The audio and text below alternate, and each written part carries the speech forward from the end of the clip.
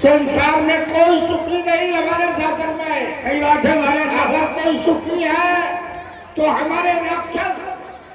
फिर ये लंका में रोने की आवाज। हेलो, देखता हूँ। जाओ शीघ्रता से पता चलाओ अभी है रोने की आवाज कहाँ से आ रही है। सही बात है हमारा, देखता हूँ। भैया भैया भैया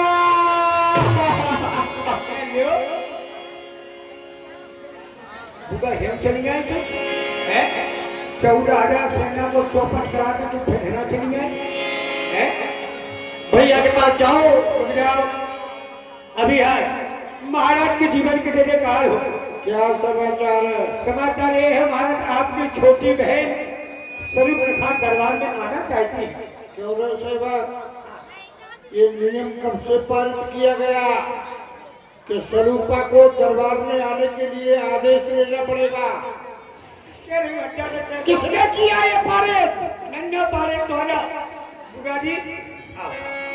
भैया वहाँ देख कर दूषण के राजाए सूप नखा रावण प्रेम। हम ये क्या देख रहे हैं? स्वरूपा कुरूपा बनकर के आई। इतना साहस किसका हुआ? संसार में तुम्हें कुरूपा बनाने वाला कौन है? मृत्यु उसकी निकट आ गई है। बोली बदले तेरी कर भारी देश देश के सुरती विसारी। भैया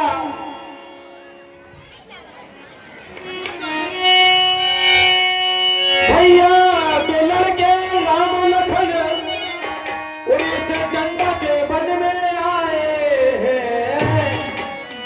सुंदर सी एक सीता नामी हमारी संग में लाए।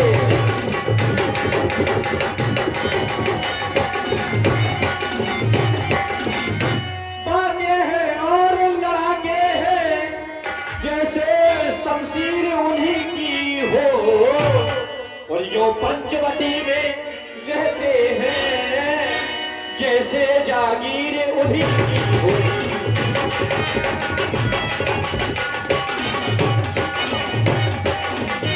मैं वहां अचानक निकल पड़ी, उस नारी से मिलना चाहा। इतने में छोटे तपसी ने मुझसे कुछ छल करना चाहा। स्वरूपा, तुमने अपने भाई का नाम नहीं बताया उसे? बताया। मैंने जब तुम्हारा नाम लिया तो उसने मुझको दी गाली और मेरे कान कटा डाले, मेरी नाक काट डाली। लेकिन भैया सुनो, मेरी नाक कटी सो कटी, पर अपनी नाक संभालो तुम। और जग में जो ऊंची नाक नहीं तो नकटा नाक धरा लो तुम, नकटा नाक धरा लो तुम। स्वरूपा, देखने में तो ये तुम्हारी नाक कटी है, लेकिन यथार्थ के धरातल पर हमारी ही नाक कटी है। स्वरूपा, तुम चिंता का त्याग करो। वो काटे नाक और कान फिर जिंदा रहे इस जमाने में तो टूटे ये 20 भुजा मेरी लानत है सचमुच उठाने में। मैं तुम्हारे सामने ही चला नाक की सीध अभी नाके पर उन्हें पकड़ लूंगा।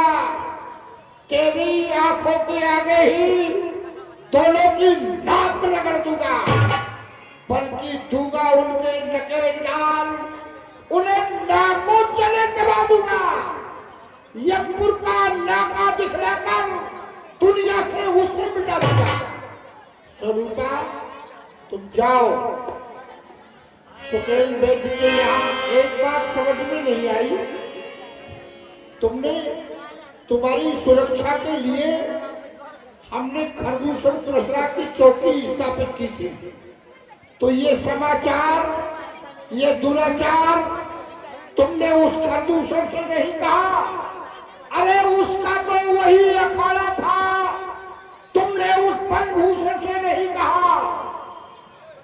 कहा भैया? मैं भैया खरदूषण के पास रोते बिलखते पहुंची।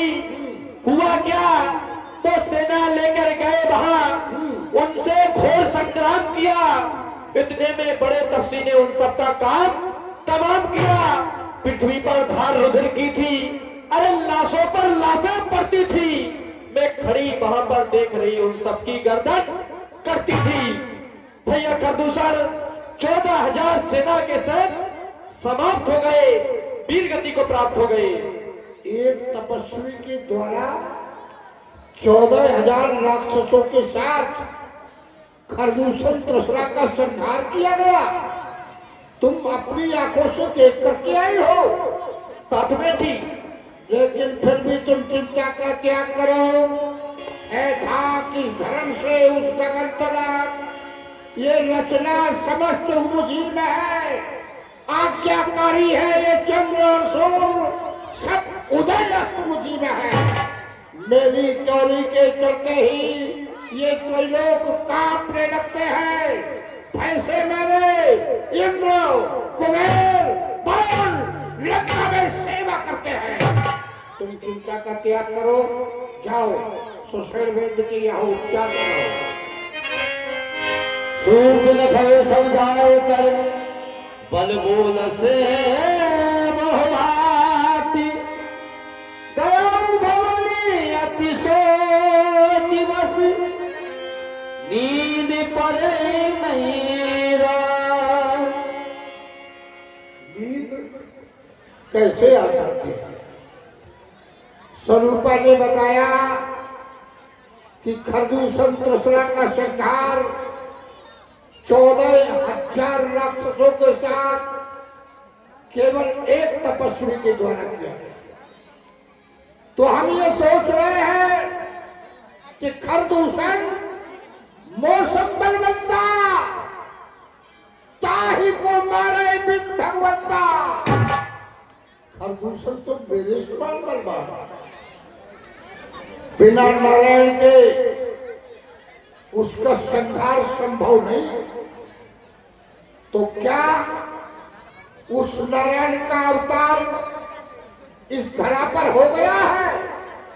क्या इस भूमि का भार डालने के लिए, देवों को सुख देने के लिए, धर्म की स्थापना करने के लिए वो नारायण तपस्वी के वेश में आ गया है?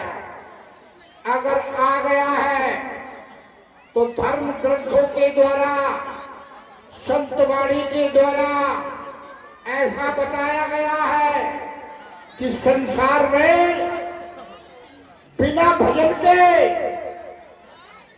किसी की मुक्ति नहीं होती। लोग कहते हैं बारी मथे घृत होय, सिकता के बरतेल, बिन हरि भजन न भव तरई। ये सिद्धांत अपेल, ये अपेल सिद्धांत है। लेकिन हम ये अपेल सिद्धांत को तोड़ देंगे। क्यों? हमारा ये शरीर तामसी है, भजन न हो हई तामस देहा। अब तो मन क्रम वचन मंत्र दृढ़ मन, वचन और कर्म से हमारा ये दृढ़ मंत्र है कि हम भजन नहीं करेंगे तो मैं जाए पैर हट करे हो, मैं उससे जाकर के शत्रुता करूंगा। और शत्रुता करने पर प्रभु सर प्राण तजे भवतरी हूं। क्योंकि उसके बारे में ऐसा भी तो कहा गया है, ऐसा बताया। हम तो महिपाल हैं, राक्षसेंद्र है।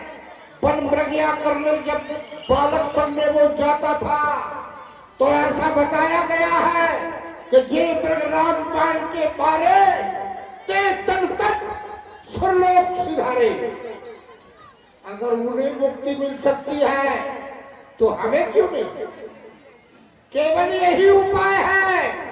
और जो नर रूप भूप सुत को तो हरि हो नारी चीत्रंदो। अगर वो किसी राजा के लड़के हैं तो मैं उनकी नारी का हरण कर दूंगा और दोनों को समाप्त कर दूंगा।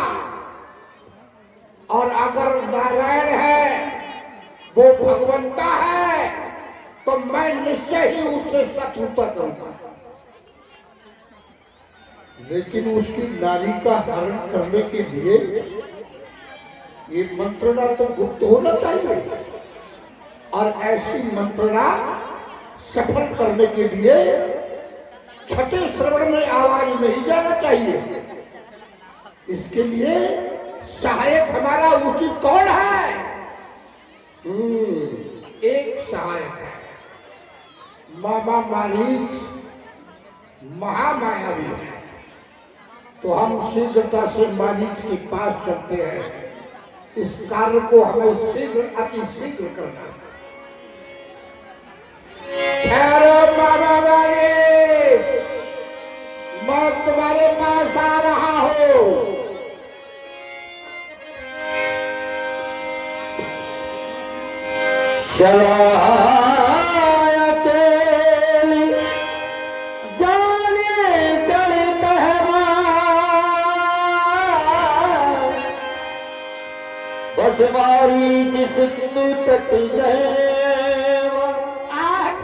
आज न जाने अचानक